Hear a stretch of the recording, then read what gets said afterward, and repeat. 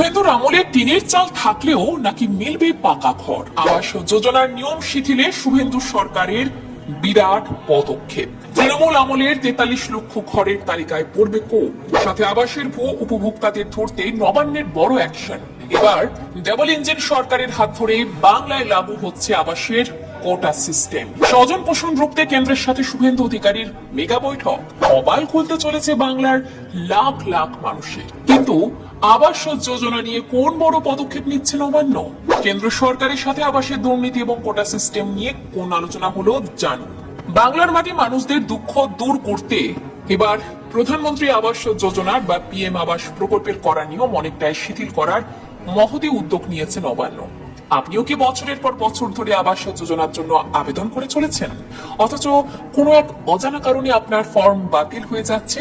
তাহলে আজকের এই বিশেষ খবরটি শুধুমাত্র আপনারই জন্য।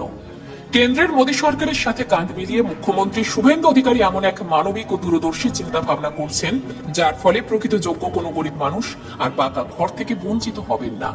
ঠিক কি বড় বদল আসছে আবাসের নিয়মে, আর কিভাবেই বা বিগত জমানার দুর্নীতি রুখে কোটা সিস্টেম চালু হতে চলেছে বাংলায়। আবাস যোজনার পুরনো নিয়ম অনুযায়ী যাদের পাকা বাড়ি বা ঢালাই ছাদ রয়েছে তারা এই প্রকল্পের সুবিধা পান না, কিন্তু এই নিয়মের ফাঁদে পড়ে বহু প্রকৃত গরিব ও অভাবী পরিবার ঘর পাওয়া থেকে বঞ্চিত হচ্ছিলেন।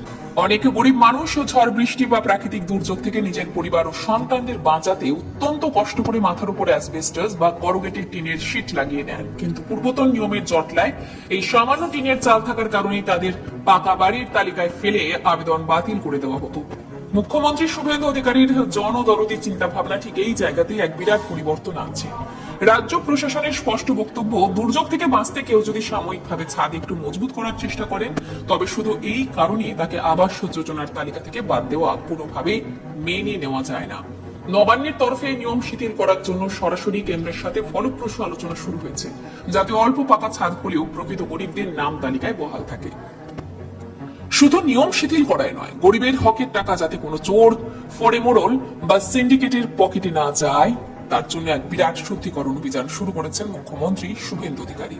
বিগত তৃণমূল সরকারের শেষ 5 বছরে 2টি দফায় যে প্রায় 43 লক্ষ বাড়ি তৈরির টাকা দেওয়া হয়েছিল, সেই সম্পূর্ণ তালিকা নতুন করে স্ক্রুটিনি বা পুনর্যাচাইয়ের করার নির্দেশ দিয়েছে নবান্ন।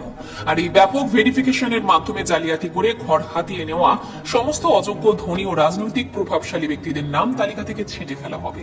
ভুয়ো নাম বাদ দিয়ে সেই সমস্ত ঘর বা আর্থিক সাহায্য বাংলার আসল বঞ্চিত মাটির মানুষদের হাতেই তুলে দেওয়ায় নতুন সরকারের এখন প্রধান লক্ষ্য।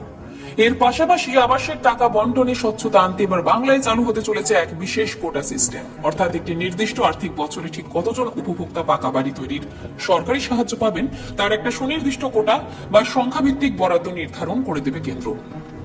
এর ফলে একদিকে যেমন স্থানীয় স্তরের স্বজন পোষণ বন্ধ হবে, ঠিক অন্যদিকে তেমনই সঠিক সময়ে সরাসরি গরিবের ব্যাংক অ্যাকাউন্টে টাকাও পৌঁছে যাবে।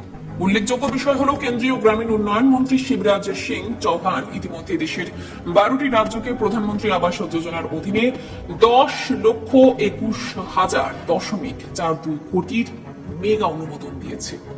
আসাম, গুজরাট, ঝাড়খণ্ড, উত্তরপ্রদেশের মতন রাজ্যগুলি ভিডিও কনফারেন্সের মাধ্যমে সুবিধা পেতে শুরু করেছে। খুব শীঘ্রই কেন্দ্রের সাথে নবান্নের আলোচনা চূড়ান্ত হলেই বাংলার জন্য এই বিপুল ফান্ডের দুয়ারও খুলে যাবে।